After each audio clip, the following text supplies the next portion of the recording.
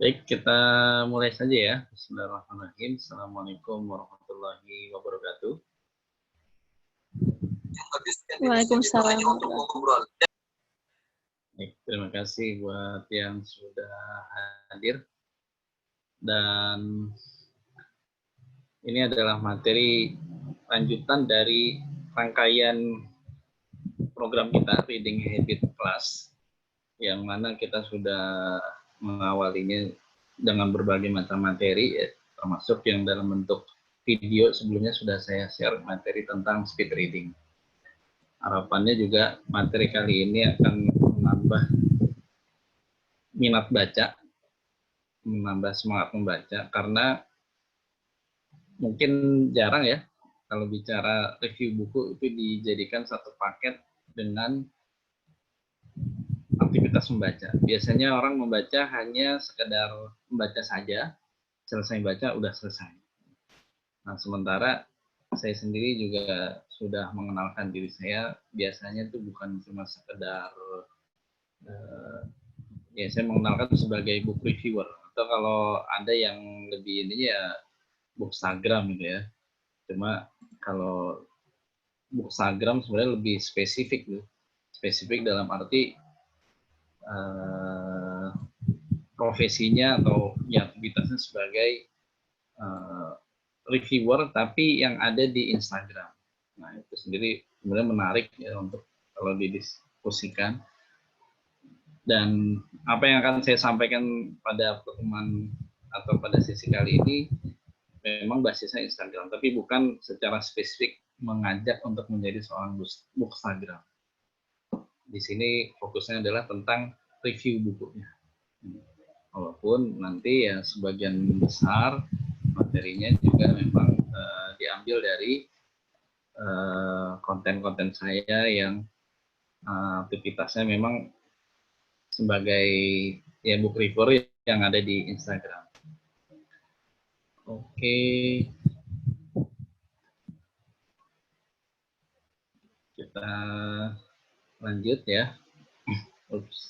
Oh ya, jadi materi ini sebenarnya adalah bagian dari workshop saya. Jadi workshop saya itu namanya Membaca Itu Nikmat. Ada teman-teman udah dapat tentang speed readingnya, ya. Kemudian ada konten juga tentang membongkar mindset membaca. Ya. Kemudian ada konten one week one book, dan terakhir kontennya adalah cara asik review buku. Jadi dengan teman-teman ikut kelas ini sebenarnya sudah dapat separuh dari workshop saya. Ya. Workshop yang biasanya memang diadakan nggak biasa ya, jarang ya.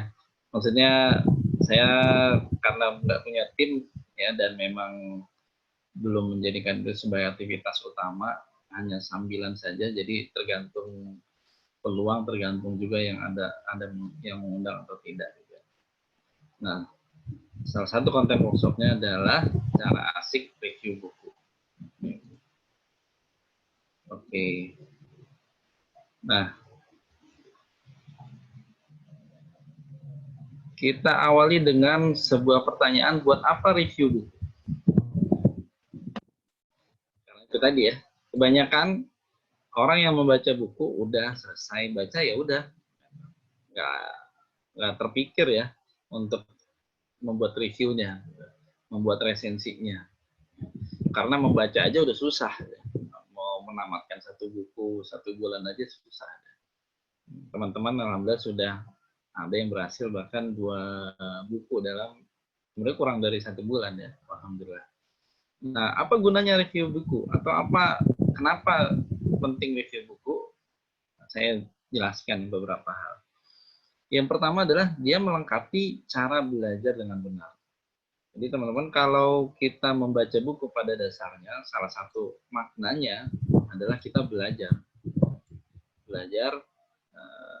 melalui buku. Nah, dengan kita membuat review buku, ini adalah proses lanjutan dari kita belajar. Teman-teman bisa, misalnya nanti setelah baca buku apa aja, terutama buku non-fiksi ya. Misalnya baca buku tentang ada ya bukunya Ustaz Felix Yeo tentang Grow Your Habit. Nah, kemudian setelah membaca buku itu, coba buat apa pembelajaran yang didapatkan. Buat dalam bentuk tulisan. Nah, kalau pada saat membuatnya itu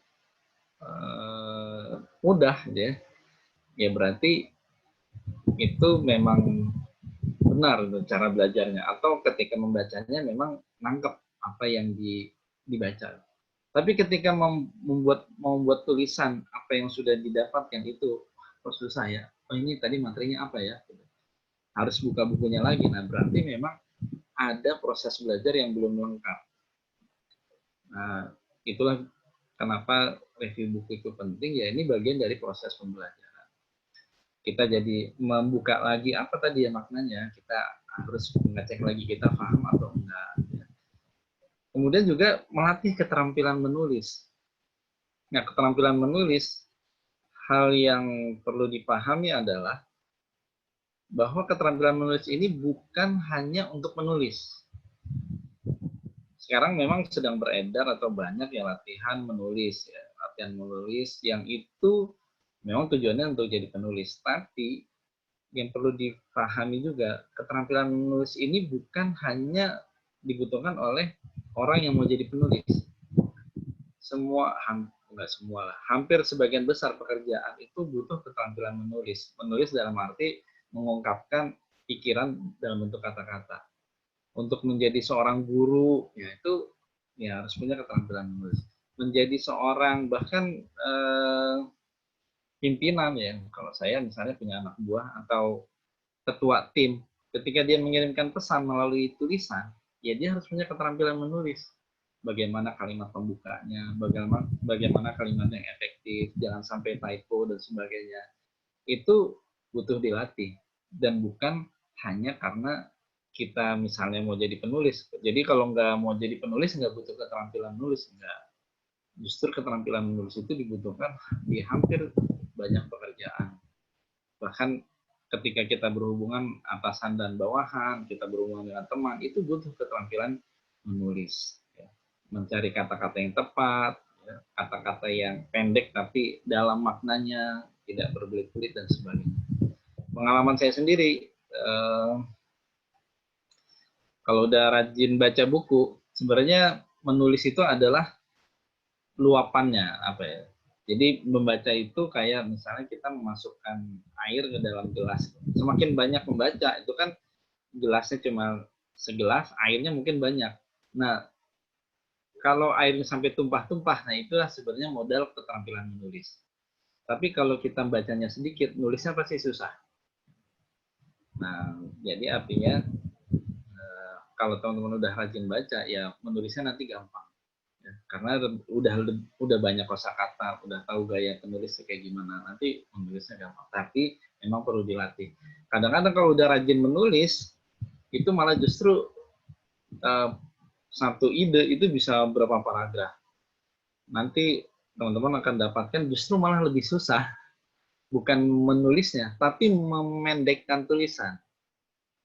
Kalau di Instagram itu ada kapasitas satu caption itu 2.200 karakter. Atau kurang lebih 300 kata. Kadang saya membuat satu postingan review buku itu bisa 500 kata. Nah 500 kata di-press, dipotong menjadi 300 kata, itu susah. Lebih susah daripada bikin 500 katanya. Nah, itu ada keterampilan menulisnya sendiri. Nah, itu bisa didapat kalau kita membuat review buku. Ya. Lanjut. Ya.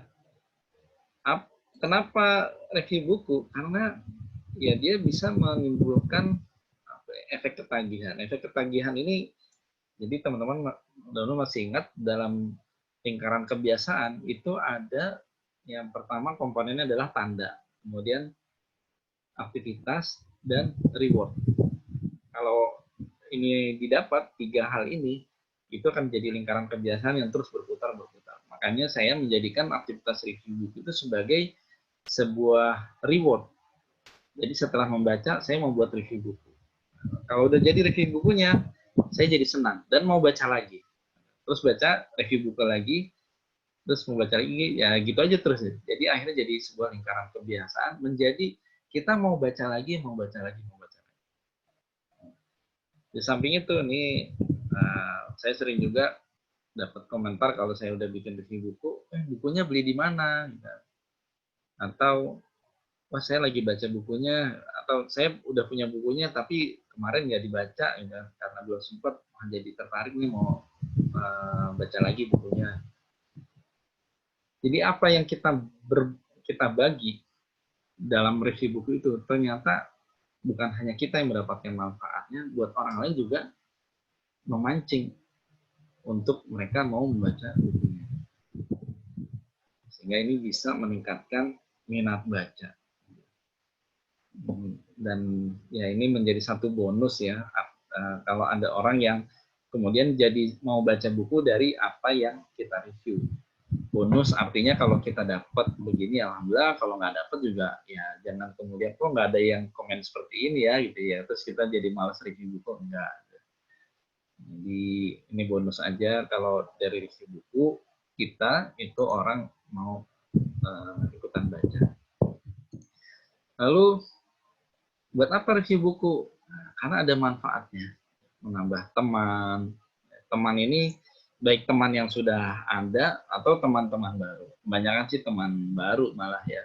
Kalau teman-teman menggunakan platform Instagram, itu kalau rutin aja seminggu sekali atau ya seminggu sekali berat ya, seminggu dua minggu sekali misalnya atau sebulan sekali teman-teman membuat review buku, ya nanti ya followernya bisa bertambah. Ya. Ada orang-orang yang ingin mendapatkan review buku dari teman-teman sendiri. Bisa dibukukan.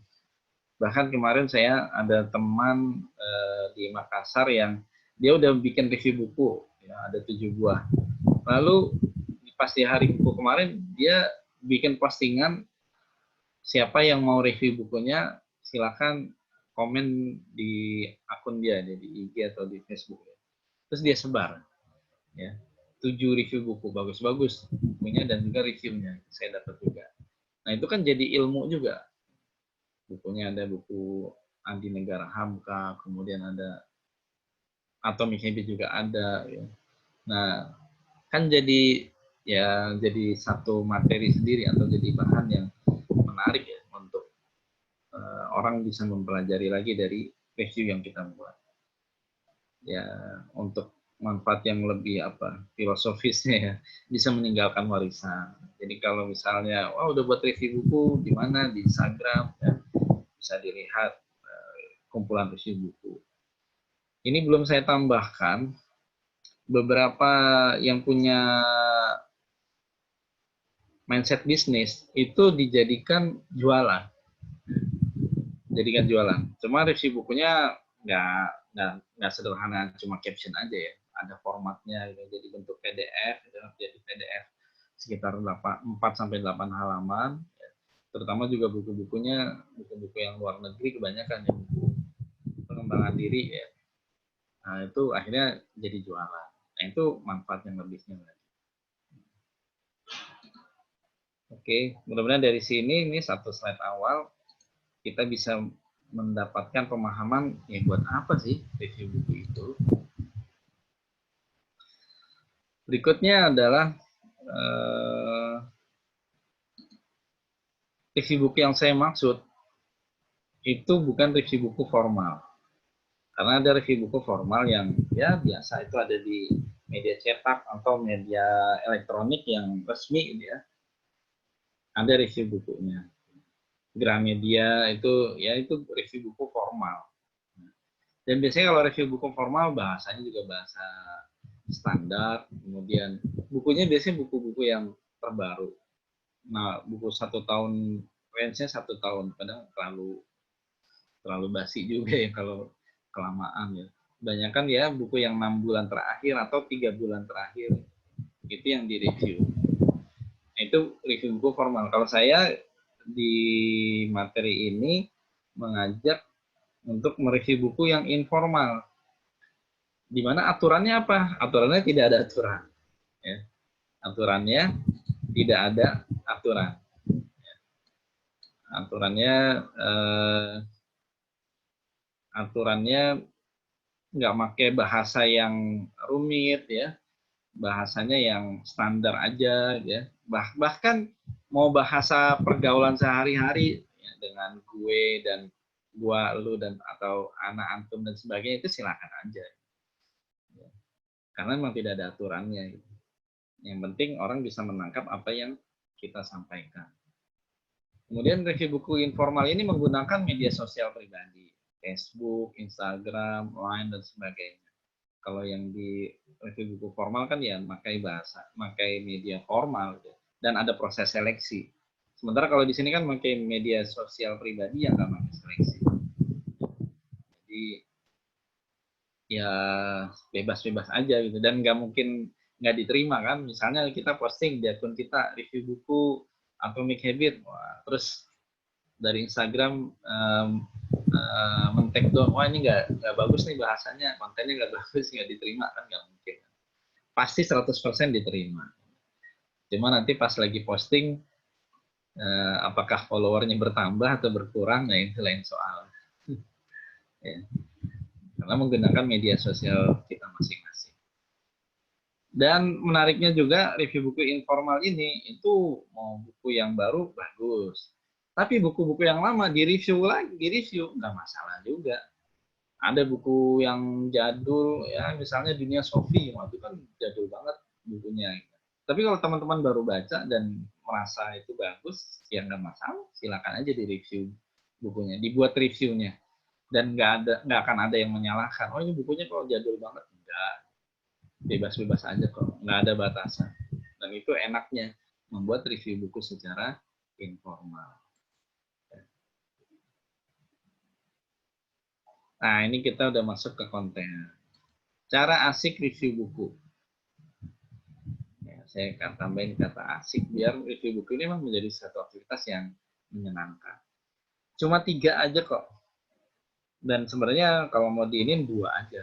Yang 3 ini, foto ini karena basisnya Instagram. Tapi kalau mau 2 ini aja juga udah cukup. Kita bahas satu persatu. Pertama, judul yang menarik. Ini sebenarnya udah masuk kalau kita belajar teknik penulisan. Judul itu udah pasti menjadi bagian yang tidak terlepaskan dari konten yang kita buat. Judul yang menarik. Atau kalau di YouTube kan ada istilahnya clickbait, ya. Gambarnya dan thumbnailnya, kemudian judulnya juga yang membuat orang mau apa nih, ya, mau masuk ke dalam. Dia seperti ya etalase ya, kalau ini lagi PSBB ya, tapi kalau lagi misalnya kita jalan-jalan ya, terus di sepanjang jalan tuh ada rumah makan yang banyak ya, kita akan lihat ya yang depannya aja yang menarik kan, baru kemudian kita mau masuk ke dalamnya. Kalau depannya aja udah kotor, yang nggak menarik, ya kita nggak mungkin masuk ke dalamnya. Tapi wah ini ada kok rumah makan, oh, banyak yang ngantri kan, tempatnya juga bagus ya, kita juga akhirnya mau masuk ke dalam. Nah begitu juga judul yang menarik ini, judul ini dalam membuat review buku itu penting. Nah sarannya adalah walaupun kita membuat review sebuah buku yang memang udah ada judulnya, dibuat lagi judul yang menariknya. Misalnya di sini kan ada tasawuf modern lama tapi tetap modern. Jadi bisa dikombin judulnya, ditambahin di depannya, lalu judul kitanya apa. Atau kalau mau langsung juga boleh. Misalnya kan ada bintang ini waktu itu seri keempatnya Dunia Paralelnya Terelie. Saya kasih judul Bintang Dunia Paralel Keempat. Nanti kalau di Instagramnya bisa aja Dunia Paralel Keempat, udah gitu aja. Bukan judul bukunya yang ditampilkan. Walaupun yang kita review adalah buku yang sudah ada judulnya. Bikin judul yang membuat orang tertarik. Apa ya gitu. Jadi jangan datar-datar aja. Dan ini memang butuh keterampilan, tapi bisa dilatih ya. Kata-katanya yang menarik. Yang pasti jangan bohong. Ya. Jangan terlalu over bombastis dengan cara cepat menjadi kaya dalam waktu 10 menit. Kan? Pas dibaca, wah ini mah nggak mungkin 10 menit, 10 tahun juga susah. Nah itu kan bohong berarti ya.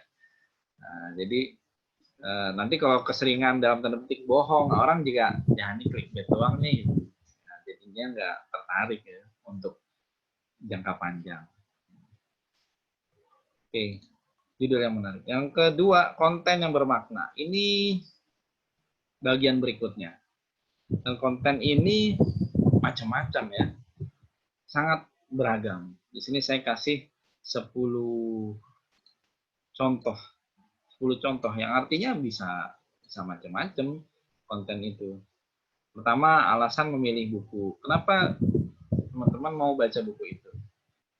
Apakah karena penulisnya, karena harganya, karena temanya, ya? Atau bukunya ini hadiah dari orang lain ya, dan seterusnya, kan? Atau bukunya nemu di mana, kan? Ya nggak apa-apa gitu. Itu bisa jadi konten. Latar belakang penulisan buku, maksudnya buku ini kenapa ada? Kenapa ada buku tasawuf modern, misalnya? Apa latar belakang Buya Hamka menuliskan buku itu. Nah, itu bisa jadi konten. Keunikan bukunya, macam-macam nih. Buku itu kan biasanya punya keunikan entah dari sisi fisiknya, misalnya bukunya warna-warni, atau bukunya tebalnya 1000 halaman misalnya, atau tampilannya, wah ini fontnya kecil-kecil ya, atau gambarnya lebih banyak, ya silahkan aja. Itu fisiknya. Bisa juga non fisiknya, ya. Misalnya alur ceritanya lah, ya. Ternyata temanya yang diangkat adalah tema yang jarang misalnya. Apa saja yang bisa kita angkat, dan memang perlu kita angkat biasanya keunikan buku ini dibandingkan buku-buku yang lain.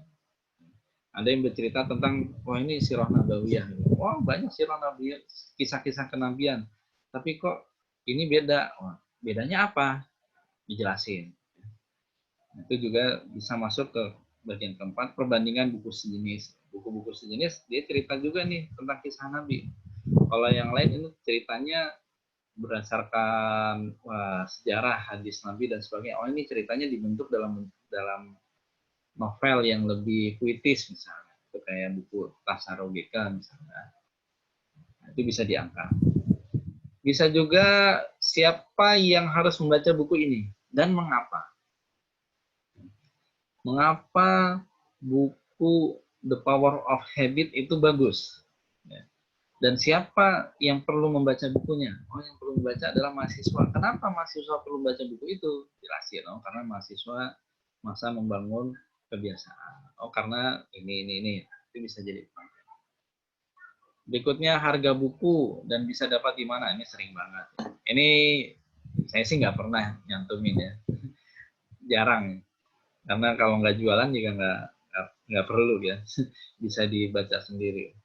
Paling ya bisa didapat di mana juga, kalau nggak spesial amat ya nggak usah dicantumin. Tapi bisa jadi konten. Apalagi kalau misalnya memang lagi dapat promo, oh ini bukunya beli di toko buku ini ya, diskon 30%, 50% misalnya ya. Siapa tuh endorse produk dari toko buku tertentu, ya ini harus dicantumkan. Kemudian tentang penulisnya, siapa penulisnya? Kan? Oh, buku Disruption, penulisnya Prof. Renal Kasali, orang udah kenal semua. Tapi apa yang diangkat? Ya bisa jadi, oh ini buku yang keberapa? Apa bedanya dari buku-buku yang sebelumnya? Tetap bisa diangkat tentang profil penulisnya.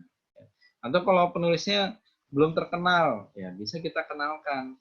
Dan itu menarik biasanya, karena itu bagian dari konten. Kenapa James Clear, penulis Atomic Habit itu menarik? Oh dia seorang apa? Oh dia trainer misalnya. Dan seterusnya ya. Bisa diangkat tentang penulisnya. Kalimat yang menginspirasi. Nah ini bisa juga teman-teman cuma ngambil satu kalimat aja. Kalimat yang menginspirasi itu apa? Dan akhirnya itu bisa jadi konten. Bisa dikembangkan. Apa inspirasinya dari buku tersebut? Ini juga yang melatar belakangi kenapa saya baru pertama kali membuat review buku ya Atomic Habit itu, yang itu lebih dari satu postingan. bahkan sampai 15 postingan. Karena begitu banyak kalimat-kalimat yang menginspirasi. Ada misalnya aturan 2 menit. Apa itu aturan 2 menit? Itu jadi judul sendiri, jadi satu judul, jadi satu konten sendiri. Aturan 2 menit, 2 minute rules. Nah, berikutnya lagi adalah pembelajaran apa yang didapatkan. Ini sering banget, terutama buku-buku non-fiksi. Kadang buku-buku fiksi juga bisa. Membaca I.M. Saraza, ya, bukunya ya, saya jadi lupa ya. I.M. Saraza itu bercerita tentang proses mendapatkan dari Mbak Hanum, ya, Mbak Hanum dan Mas Rangga, ya, mendapatkan anak penantiannya sampai 10 tahun. Pembelajarannya apa? Wah, ini jadi bersyukur ya. Saya udah punya anak ya. Tapi membaca buku itu jadi bersyukur banget ya. Untuk dapetin satu aja susah. Ini anak saya 4 ya, bisa dapat itu bersyukur banget. Nah, itu bisa diceritain pembelajarannya apa yang didapatkan dari buku tersebut. Buku non-fiksi lebih banyak lagi pembelajarannya. Kemudian bisa juga saran dan kritik terhadap buku. Saran dan kritik. Ini gayanya macam-macam ya. Tapi kalau saya biasanya ngambil gaya yang agak soft. Maksudnya gimana? Kalau kita mau ngasih saran dan kritik, kita angkat dulu. Kita kasih positifnya bukunya gini. Nah, kurangnya apa? Oh, ini bukunya banyak typo misalnya. Oh, ini bukunya terlalu bahasanya terlalu kaku misalnya. Oh, ini bukunya tampilannya terlalu banyak font ya, gambarnya sedikit, ya, bikin lelah untuk baca. Nggak apa-apa kita sampaikan, dan itu menjadi menarik kalau kita bisa menyampaikannya secara apik ya. Jadi saya suka review buku itu kalau jujur. Kan kalau kita baca testimoni buku di sebuah buku terus endorser pasti bagus semua kan, ya iyalah. Tapi kalau baca review buku, saya pengen dapat review buku yang negatif ya. Negatif maksudnya ya biar jujur aja gitu, jujur dan memang alami gitu. Kalau emang ini nggak bagus, ya bagusnya apa? Nggak bagusnya di mana? Jadi nggak apa-apa gitu. Tapi juga jangan menjatuhkan. Wah, ini bukunya nggak ada bagusnya. Gitu. Ya, harganya mahal, isinya cuma begini doang, ya jangan juga ya. Oke, itu 10 hal. Ya, ini teman-teman, ini ide aja. Teman-teman bisa banyak lagi lah yang bisa dijadikan konten yang bermakna. Dan konten ini adalah bagian dari review buku. Nah, terakhir, foto. Foto ini penting untuk kalau review bukunya di Instagram. Kalau di Facebook, nggak terlalu sih ya. Kalau di Instagram itu sangat penting sekali. Bisa jadi 50% engagement rate dari review buku itu dari fotonya. Apalagi kalau orang ngebukanya dari explore ya, dari home gitu ya, itu fotonya dulu. Nah, foto ini sebenarnya ada tekniknya lagi ya. Tapi saya nggak pakai macam-macam teknik yang seperti apa gitu. Supaya juga nggak terlalu bikin susah. Ini contoh waktu awal-awal saya bikin review buku, ya, bisa dilihat nih ya. Pokoknya apa aja dijadiin background ya. Ini spray, ini bantal, ini karpet, ini taplak ya. Pokoknya apa aja dijadiin background ya. Ya fotonya ya pakai handphonenya juga handphone Xiaomi aja biasa, nggak pakai apa Samsung Note 10 misalnya, ya enggak, foto biasa aja. Lalu gunakan aplikasi pihak ketiga, Snapseed, Canva, ya. Banyak lagi aplikasi yang lain biar ngebantu efek-efek ya untuk bisa dapatkan foto yang bagus ya. Kalau lighting biasanya kalau nggak bisa lighting pencahayaan lampu, ada tekniknya tuh pakai lighting alami. Jadi fotonya di siang hari ya, itu lebih bagus ya. Siang hari di ruang terbuka itu lebih bagus. Nah, ini pas saya udah mulai terlatih lah gitu ya, untuk bikin foto-foto yang agak bagusan gitu ya. Tapi ini enggak, ya masih belum, masih bukan amatir juga ya. Maksudnya bukan yang cuma yang advance gitu. Karena kalau Bookstagram yang aslinya lagi itu foto itu bisa jadi apa ya? Macam-macam ya, ribet. Ribet sendiri ya. Ini contohnya gitu kan. Beberapa book reviewer yang saya kasih contoh ya. Ini kan ya sampai apa nyediain apa bajunya lah gitu kan, kopinya kan, bunganya dan sebagainya. Terus fotonya mungkin dari atas karena dia pakai flat ya, flat design ya. Jadi dari atas susah banget. Tapi ya biasa kalau Instagram begitu ya. Jadi buku itu udah kayak artis, dimodifikasi sedemikian rupa sehingga akhirnya ketika difoto itu cakep. Ini contoh yang lainnya ya. Foto-fotonya. Dan ini memang ada ilmunya sendiri. Ya kalau teman-teman suka bisa ya nyontoh-nyontoh aja lah. Tanya-tanya juga gimana sih caranya. Silahkan aja. Ini tips atau trik yang lainnya, saya pernah kalau di Instagram kan ada model postingan carousel ya. Jadi satu foto nanti, bukan satu foto, kita bisa posting maksimal 10 foto. Nah yang di depan kan foto bukunya. Nah di belakangnya apa? Macam-macam. Bisa quotes-nya lah, bisa foto bukunya, screenshot ya. Jadi waktu itu dalam media digital masih bisa di screenshot ya. Sekarang udah nggak bisa lagi, kecuali pakai iPhone ya. Ya apa aja yang bisa kita tambahkan, yang itu bisa menambah kualitas dari review buku kita. Jadi nggak cuma tampilan depan doang. Nah, biasanya saya pakai juga mind map ya untuk menambah kualitas dari review. Nah ini mind map-nya. Mind map-nya seperti ini. Dan memang jadi keunikan saya, kadang-kadang malah jadi karena jadi merepotkan karena lebih susah bikin mind map-nya daripada review buku yang caption-nya itu.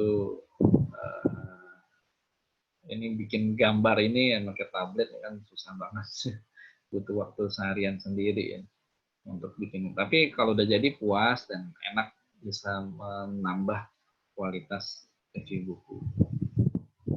Nah tipsnya pertama, pada saat teman-teman membaca buku, kalau membuat review buku, buat catatan. Catatan ini bisa catatan di bukunya, ya, atau bikin catatan di buku terpisah. Di handphone misalnya nggak apa-apa. Kalau di bukunya bisa, catatannya bisa di stabilo saja, atau di garis bawah, atau mau menulis sendiri teksnya juga nggak apa-apa. Supaya nanti ngebantu hal-hal apa yang bisa kita jadikan konten. Biasanya konten itu adalah yang penting-pentingnya. Kemudian yang kedua, pilih satu konten utama. Buku itu kan bisa jadi ya lebih dari 300 halaman, 400 halaman, 500 halaman. Nah, sementara kita harus mereview bukunya. Nah, ini kadang-kadang saya bilang jahatnya book reviewer, jahatnya dalam tanda petik ya. Karena buku 300 halaman hanya diringkas menjadi 300 kata, kan? Ya nggak mungkin semua konten diambil. Ambil aja satu konten utama. Misalnya dari 10 bab, ambil satu bab aja yang paling jadi pamungkasnya. Jadi nggak perlu semuanya. Ambil 1-2 konten yang pertama, angle-nya yang kerennya gitu. Yang itu bisa jadi pintu masuk kenapa buku ini bagus atau kenapa buku ini menarik. Berikutnya persiapan yang aturan kata 300 kata. Ini kalau di Instagram 300 kata. Dan ini sebenarnya menarik karena sebenarnya 300 kata kalau menurut saya itu adalah ukuran di mana orang itu rata-rata bisa membaca satu kali dari awal sampai akhir 300 kata. Nanti kalau teman-teman posting caption itu di WhatsApp, itu 300 kata enak bisa dibaca dari judul sampai akhir itu sekali baca. Enak.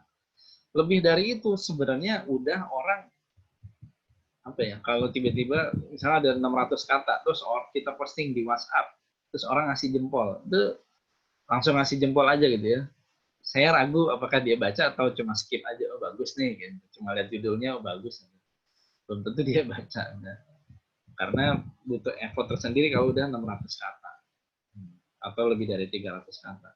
Saya sendiri menjaga ya supaya cuma 300 kata aja, mau sebagus apapun bukunya, kecuali memang bukan apa, jadi saya menjaga supaya tetap 300 kata supaya nggak nambah. Kalau di Instagram kan jadi kalau nambah 300 kata itu berarti nambah di komentar.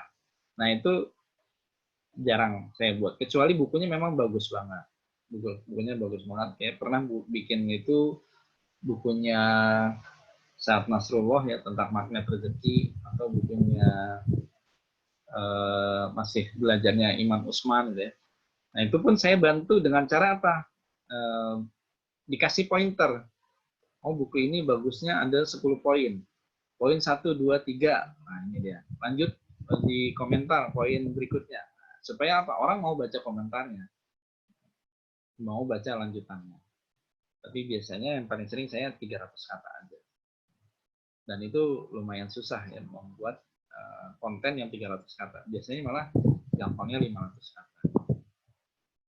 Kemudian yang keempat, tipsnya persiapan yang matang. Maksudnya gimana? Karena yang dilakukan dalam proses membuat review buku ini kalau di Instagram ya, itu saya mulai ya otomatis baca bukunya ya. Dan biasanya saya membuat reviewnya itu adalah setelah selesai baca buku. Selesai baca bukunya, nah, saya kemudian ingat apa aja, ya, pertama dibikin mind map-nya, oh kira-kira ini babnya apa aja yang mau saya jadikan konten ya. Lalu saya ketik ya, nah, sambil menghitung jumlah katanya. Lalu kalau udah diketik itu kan nanti dibaca ulang ya. Lalu nanti disiapin fotonya juga, foto bukunya. Kadang saya udah nyiapin fotonya dulu, hingga nanti tinggal digabung foto, terus dikasih caption, lalu diposting. Nah itu gampang-gampang susah ya. Satu postingan saya di awal-awal tuh bisa bisa bikin fotonya aja bisa 1 jam sendiri ya. Bikin fotonya ya. Karena pakai pernak-pernik segala macam. Belum kalau bikin captionnya ya, nah, pas saya nulis nyari idenya, terus alurnya saya bolak-balik ya, kayaknya nggak cocok nih, itu bisa 1 jam sendiri. Nah pas postingnya itu juga ya harus cari timing yang pasnya juga. Biasanya yang paling enak pagi atau sore hari, jangan tengah malam ya. Nggak ada yang ngeliat nih, karena itu penting juga kalau di Instagram waktu pertama waktu kita memposting. Nah itu butuh persiapan yang matang, karena mungkin device-nya bukan cuma handphone tapi juga laptop. Fotonya ada di laptop ya, atau diedit di laptop, dimasukin ke, atau ngetiknya di laptop ya, nanti dimasukin ke Instagram. Nah, postingnya kan pasti di handphone. Nah itu kan harus apa, ada trik-triknya yang teman-teman perlu kuasai lah ini. Sehingga perlu persiapan yang matang. Itu yang maksud saya ya. Laptopnya, handphonenya, dan ya waktunya dan seterusnya. Kemudian menyebarkan di media dan waktu yang tepat. Ini maksud saya kalau teman-teman bukan di Instagram, ya bisa jadi di WhatsApp, ya. Mungkin nyebarnya di grup. Ya, kalau di grup ya harus tahu juga grupnya grup apa. Kalau grupnya grup makan, tiba-tiba kita posting review buku, ya bisa jadi kena dihujat. Nih orang lagi ngomong makanan kok ada yang review buku. Jadi review bukunya tentang makanan. Oke. Nah kalau di Instagram ya timingnya aja yang kita perlu perhatikan. Biasanya yang bagus itu pagi atau sore menjelang malam, itu yang agak bagus. Kemudian teman-teman bisa punya keunikan atau daya tarik sendiri. Ya. Stylenya seperti apa silahkan. Itu kalau di Instagram ya. Kalau teman-teman mau jadi Instagram, ya ada book reviewer ya Mas Wildan, misalnya fotonya itu foto bukunya itu dengan muka dia tapi mukanya nggak full, itu ciri khas dia kan. Ada yang fotonya selalu ada boneka, ya itu ciri khas dia. Teman-teman bisa menggunakan keunikan sendiri. Kalau saya misalnya ya pakai mind map, nah itu ciri khas saya kan. Nah, itu nggak wajib sih, tapi kalau ada lebih bagus. Supaya orang jadi tahu, oh ini pasti postingannya si A ya, ini pasti postingan si B ya. Jadi ada ciri khas, ada brand tersendiri. Oke, rasanya cukup. Teman-teman bisa mengajukan pertanyaan juga di chat. Ya.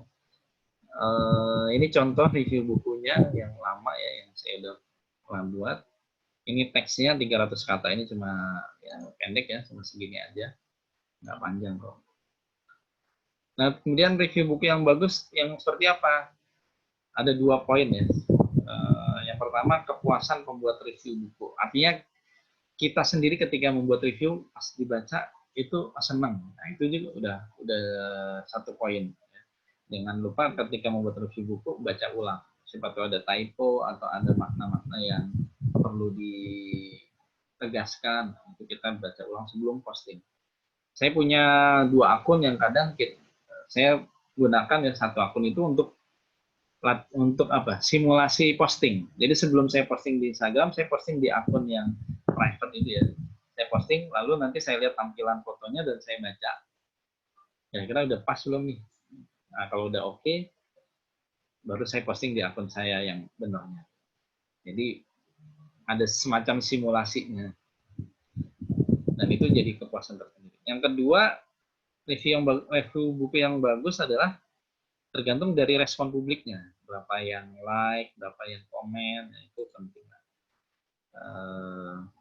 Cara engage juga macam-macam ya.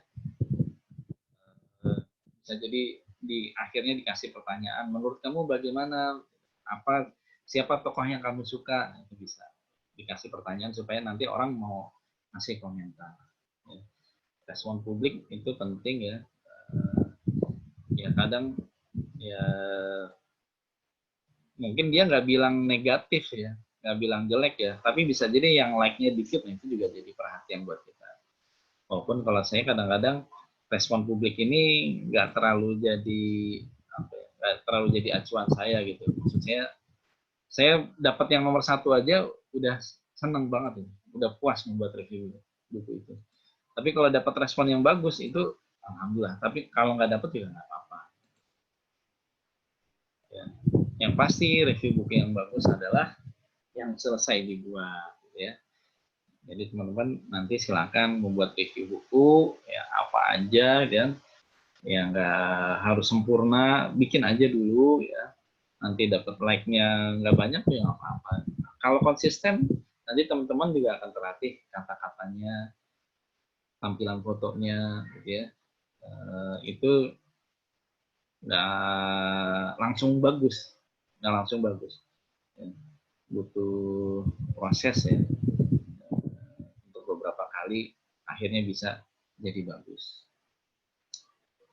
Oke, ini reminder aja, beberapa konten ya, sebagian besar konten yang tadi saya sampaikan ada di ebook saya yang kedua ya, cara asik review buku. Nah, teman-teman silakan bisa download. Mungkin ada yang sudah download juga ya, mungkin ada yang sudah baca juga. Ya, itu materinya. Silahkan saya buka kalau ada yang mau bertanya, baik mau bertanya langsung disampaikan atau mau di chat, silahkan kalau ada pertanyaan. Kalau tidak ada ya kita cukupkan. Alhamdulillah sini sudah ada 11 orang ya. Ada Mas Nur Afilin, Amira, Ayu, Tolang, Mbak Eri, Mas Hadi, Lola, Nur Hasanah, Febri Ika. Mas Hadi ini penulis juga ya. Saya udah review bukunya. Ya, oke, gimana? Ada yang mau ditanyakan dari apa yang saya sampaikan? Silakan, bisa. Oke, dari Handiana. Untuk membuat mind map pakai aplikasi apa? Oh, itu nama aplikasinya Squid. Ya. Squid itu aplikasinya.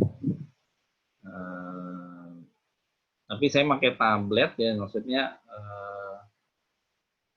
itu kalau di tabletnya ini bukan promo ya, pakai Samsung Galaxy Tabs ya.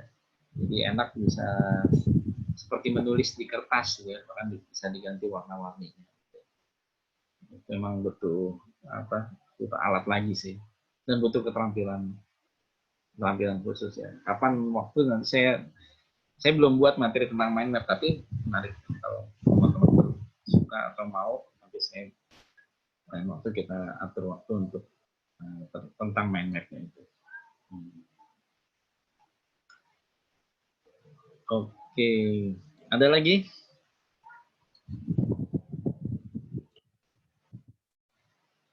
Yang mau ditanyakan?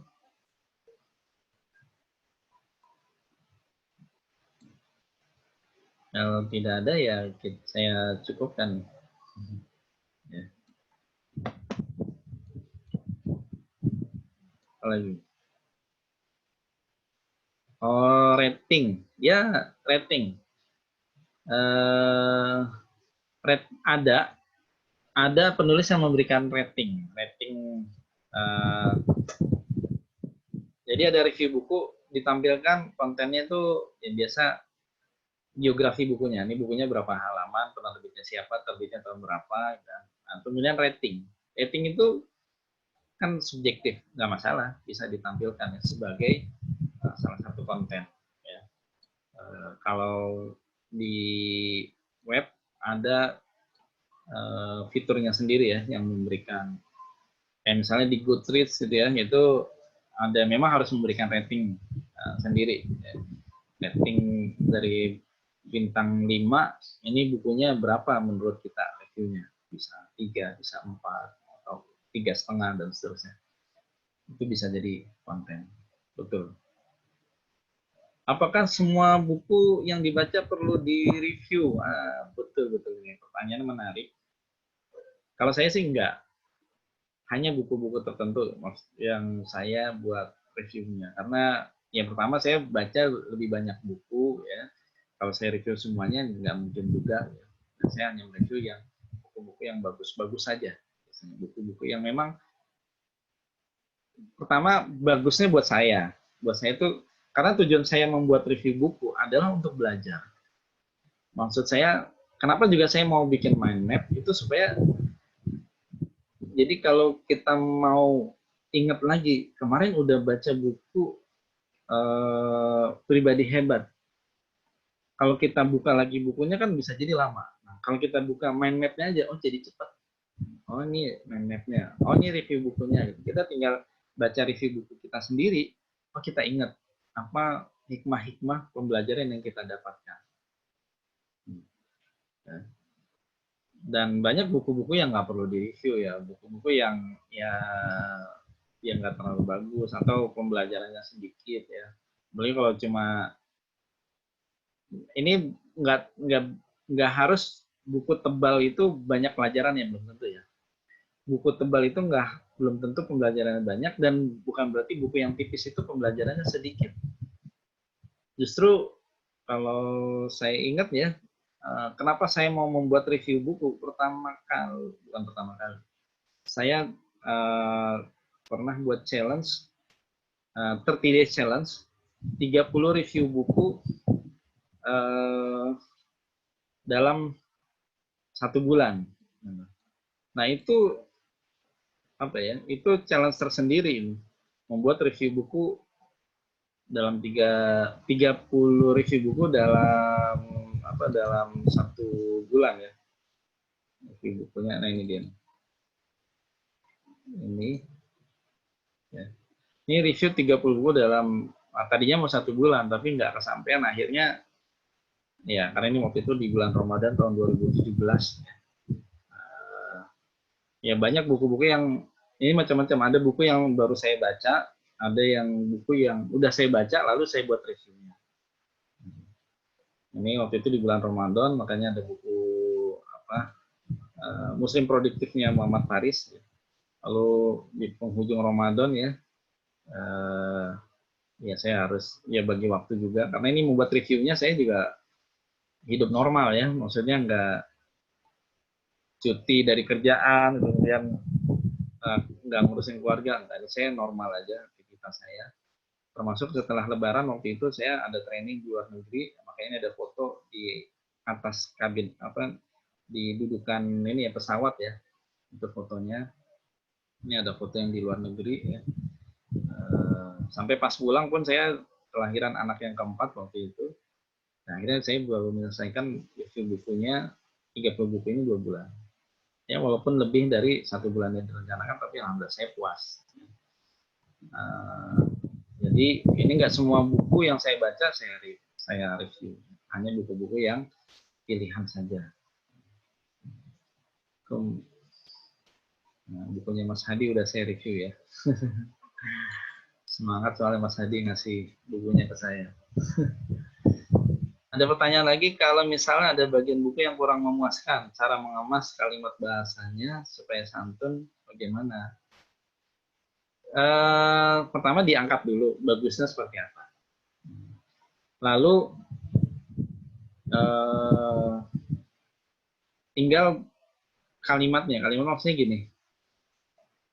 Kalimatnya itu adalah kalimat yang usahakan bukan, kalau bisa bukan yang bilang ini jelek gitu ya. Atau dikemas misalnya baiknya, baik.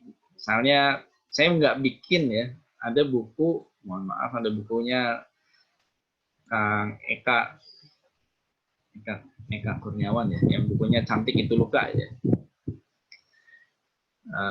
Itu bukunya kalau saya buat reviewnya itu saya akan bikin apa ya, ada yang bagian yang nggak saya suka karena kalimatnya terlalu vulgar gitu ya.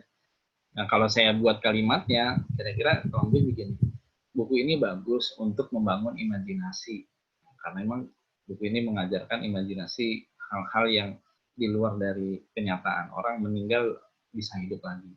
Tetapi buku ini tidak disarankan untuk pembaca di bawah umur, karena menampilkan kalimat-kalimat yang vulgar, kalimat-kalimat yang tidak pantas disampaikan bahkan untuk orang dewasa sekalipun. Nah, itu bisa kalimatnya seperti itu. Atau misalnya kalau ada bukunya Prof. Renal Kasali yang setelah disruption, itu bukunya judulnya Tomorrow is Today gitu ya. Itu kalau saya buat reviewnya, terus saya akan bilang buku ini bagus, berbicara tentang disruption dan implementasi dalam perusahaan. Tetapi kalau sebaiknya contohnya jangan hanya PP, karena di buku itu sebagian besar itu contohnya BUMN PP, pembangunan perumahan.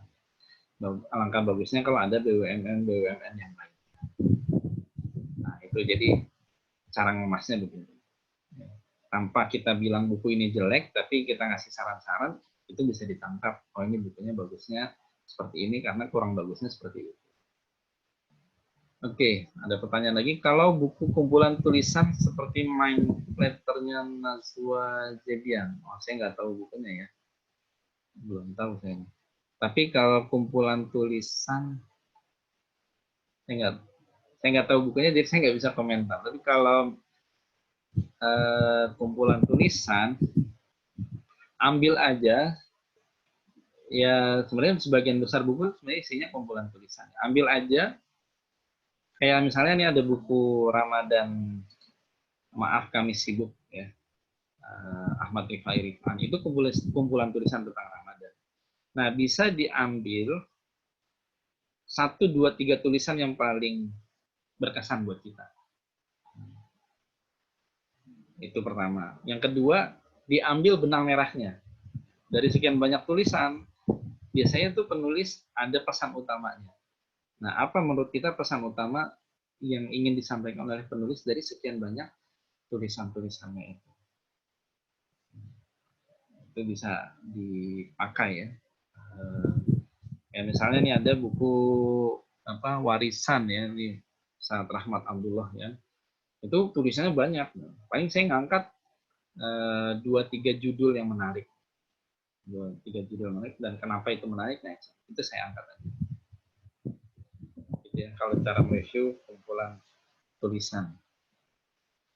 Oke. Masih ada pertanyaan lagi? Dari Febri.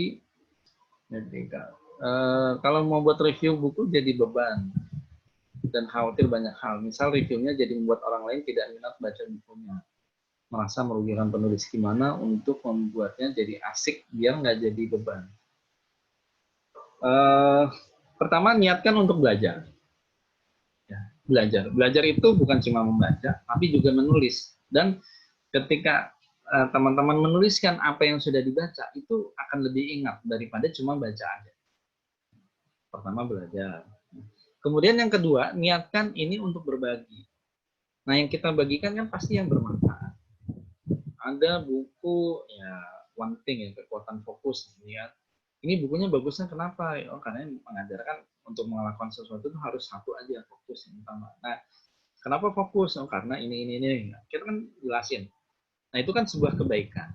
Nah, niatkan itu sebagai sebuah kebaikan yang niat kita baik dan yang kita bagikan adalah kebaikan. Nah, mudah-mudahan orang juga bisa menangkap niat baik kita dan manfaat yang kita berikan itu. Nah, dua itu saja sudah menjadi modal supaya aktivitas review buku itu nggak jadi beban. Jadi beban itu kalau sesuatu yang nggak ada manfaatnya, atau bahkan malah lebih banyak ruginya, atau ada ketakutan. Nah, di sini ada ketakutan, misalnya takut orang lain tidak minat baca bukunya, merasa merugikan menulis. Mungkin ada, tetapi juga kita nggak bisa memaksa kok orang akhirnya minat baca gara-gara tulisan kita. Jadi nggak usah merasa pusing aja. Nggak, maksudnya gimana? Karena kita nggak bisa maksa orang minat baca setelah membaca review buku kita juga nggak usah merasa sedih ketika orang jadi nggak minat baca dari review buku kita. Nah, jadi itu bukan kesalahan kita. Ya, niat kita kan berbagi ya. Nah, orang tuh kalau kita tergantung pada orang repot juga ya. Maksudnya kalau orang nggak suka juga nggak apa-apa, selama yang kita lakukan adalah yang baik dan kita sudah berusaha memberikan yang terbaik. Gitu ya. Jadi biar membuat review itu jadi sebuah keasikan tersendiri. Oh ya, satu tadi saya lupa belum memasukkan. Dalam review buku tuh, apalagi di Bookstagram, ada namanya teknik review buku harian. Nah, teman-teman bisa pakai cara ini. Saya pernah juga pakai cara ini. Waktu saya review buku Laksamana Kemalahayati. Jadi cara reviewnya gimana? Saya baca satu hari misalnya dapat 100 halaman. Terus saya buat reviewnya dari 100 halaman pertama itu. Nah, karena itu cerita, wah ini bab pertama, Laksamana Kemalahayati masih kecil, lalu dididik oleh orang tuanya di camp training pelatihan militer begini-gini, terus menikah, ya, bertemu dengan calon suaminya. Lalu bagaimana kelanjutannya? Ya besok ya. Jadi apa yang kita baca aja yang kita sajikan, itu juga bisa. Kalau di Bookstagram ada namanya istilahnya book tour. Ada beberapa yang profesinya sebagai Bookstagram dan ada penerbit yang memang mencari book reviewer yang mau mereview bukunya ya. Dan nanti ada book tour ya, hari pertama, hari kedua, biasanya sampai 5 hari. Ya, itu model yang lain. Teman-teman bisa tanpa harus menunggu selesai membaca bukunya, teman-teman membuat review bukunya. Dari hari pertama, hari kedua, hari ketiga, keempat. Ya, nggak harus seminggu selesai ya. Yang penting apa yang udah dibaca itu yang di review.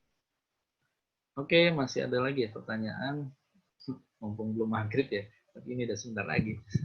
Saya batasi ya. Berikutnya untuk membaca buku sejarah dari Mas Hadi. Membaca buku sejarah kalau tahun oh ini tentang teknik membaca untuk buku sejarah gitu. Skip aja untuk nama tokoh yang agak susah spellingnya. Oh, kalau buku sejarah, nah tahun dan tokoh yang nggak harus semuanya dihafal. Tapi kalau ada tokoh dan tahun yang disebut 3 kali, tokohnya itu disebut 3 kali, itu udah masuk kategori penting. Tapi kalau cuma disebut 1 kali, kita nggak perlu terlalu mengingatnya. Tapi kalau udah sampai sebut 3 kali atau bahkan lebih, kita perlu mengenal, membayangkan ini siapa ya. Kayak bukunya Sang Pangeran dan Janissary terakhir itu banyak tokoh-tokoh HKA tuh. Ada tokoh yang memang perlu kita ingat, tapi ada tokoh yang ya udah cuma figuran doang. Begitu juga urutan tahun, setidaknya kita mungkin nggak tahu tahun kapannya, ya kalau itu disebutkan, tapi kita tahu mana yang duluan, mana yang belakangan, sehingga urutannya nggak kebalik. Kalau detailnya tahun berapa, bulan apa, ya itu kalau bukan analytic reading nggak perlu. Tapi kalau analytic reading jadi perlu. Minimal urutannya nggak kebalik-balik, mana yang duluan, mana yang belakangan. Oke. Oh iya, nih dari Ayu. Review buku, terutama yang fiksi. Jangan spoiler, betul. Karena kalau spoiler tuh nggak disukai ya, karena orang jadi udah tahu endingnya. Jadi sisakan aja. Biasanya dalam buku, dalam cerita fiksi itu ada konfliknya, ada sesuatu, ada plot twistnya. Nah, jangan dibuka. Konfliknya, kuncinya, plot twistnya ini. Wah, ini saya kira pembunuhnya adalah pamannya. Oh, ternyata pembunuhnya orang lain. Siapa ya? Jangan dikasih tahu. Kalau dikasih tahu, nah itu spoiler namanya kan. Jadi sediakan ya, atau dikasih bukunya menariknya apa. Jadi ibarat kayak film ya, trailer ya, jangan sampai semuanya dibuka ya. Dikasih pertanyaan-pertanyaan yang membuat orang jadi penasaran justru membaca buku. Jangan dibuka semuanya, dikasih pertanyaan-pertanyaan yang menarik supaya orang akhirnya mau menjawab, mencari jawaban dari teka-tekinya. Oke, jadi bertambah terus ya. Saya cukupkan dulu pertanyaannya, nanti bisa kita lanjut di grup ya, supaya ini bukanya nanti nggak kepotong ya. Nah, ini mau maghrib, bisa jadi ada yang udah buka dulu. Masih ada 2-3 pertanyaan. Review yang bagus dari Mas Hadi. Apakah baik dan buruk diceritakan? So objektif gitu. Padahal tujuan penulis buku kan nulis. Padahal tujuan penulis kasih buku buat review adalah untuk sarana promosi. Oh, tergantung. Kalau kita endorse, kalau endorse kita dapat, saya baru sekali 2 kali dapat orang mau endorse dan saya dapat sesuatu dari endorse itu. Ya memang yang bagusnya yang membuat ya namanya endorse kan tujuannya supaya orang mau beli bukunya. Kita membantu lah penerbit itu supaya orang mau beli bukunya. Nah, justru malah saya jarang dapat endorse. Jadi ya bebas-bebas aja, mau saya bilang bukunya jelek semuanya juga nggak apa-apa, cuma nggak gitu juga. Dan so objektif atau enggak tergantung itu cara mengemas kita. Harus kasih alasan kenapa bukunya nggak bagus. Oh, ini kata-katanya membosankan. Apa yang membosankan? Contohnya apa? Contoh membosankannya ada di halaman berapa? Ini banyak typonya. Ini contohnya apa? Jadi kita sodorkan pendapat kita disertai dengan alasannya. Jadi tetap objektif, menghindari subjektivitas kita sendiri. Atau kalau mau subjektif juga bilang aja, ya saya kurang suka bukunya karena ya ini terlalu kekanak-kanakan. Tapi ya mungkin kalau buat yang suka anak-anak ya bisa jadi bukunya malah bagus. Jadi kita jelaskan itu perspektif kita yang bisa jadi orang lain berbeda perspektifnya. Oke, terakhir ya dari Mbak Eri, apakah pengalaman masih mereview buku anak? Mereview, belum pernah ya. Paling, nah ini ada buku Happy Little Soul, buku anak bukan ya? Kalau mau review buku anak, menurut saya apapun review buku yang kita buat, tergantung pada tujuannya. Nah, kalau tujuannya udah kita dapatkan, kita akan berpikir bagaimana kalimat-kalimat yang kita susun itu sesuai dengan tujuan yang kita dapatkan, yang kita inginkan. Kalau ingin mereview buku anak, tujuan kita apa? Apakah tujuannya supaya anak-anak mendapatkan pelajaran dari bukunya, atau supaya mau beli bukunya? Kan agak berbeda. Ya. Nah, masalahnya kalau buku anak tuh kan tipis, kecil, ya, atau biasanya nggak terlalu panjang. Nah, kita perlu menambahkan ya. Biasanya kalau saya membayangkan, kalau saya mereview buku anak, mungkin ketika misalnya bukunya bercerita tentang doa-doa. Nah, kenapa? Jadi bisa jadi bukan konten bukunya yang kita angkat, tetapi why-nya. Why-nya kenapa buku ini penting untuk dibaca oleh anak-anak. Karena dengan anak-anak mempelajari doa-doa, mereka akan terbiasa sejak kecil menghafal doa-doa tersebut. Nah, ini adalah cara yang menarik untuk membaca bukunya, karena bukunya ada gambar-gambarnya dan seterusnya. Mungkin seperti itu ya kalau mau mereview buku anak. Karena kalau isi kontennya bisa jadi nggak terlalu banyak, tetapi why-nya bisa diangkat.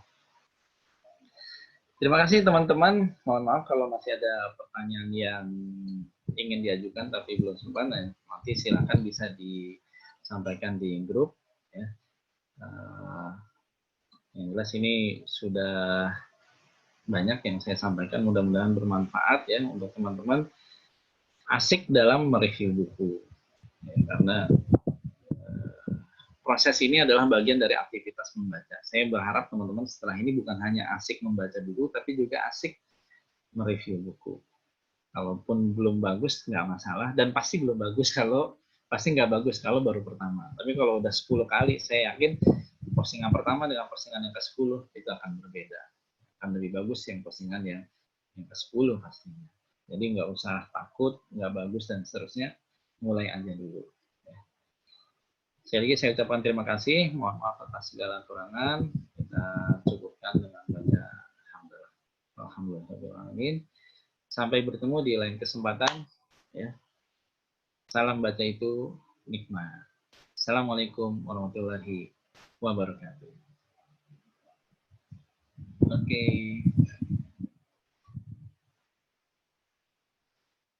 Saya close ya. Selamat berbuka teman-teman semuanya. Mau udah ini berapa orang ya? Ada 8 orang.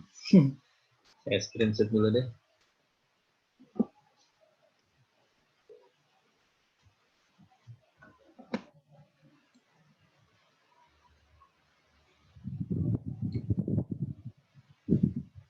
Oke.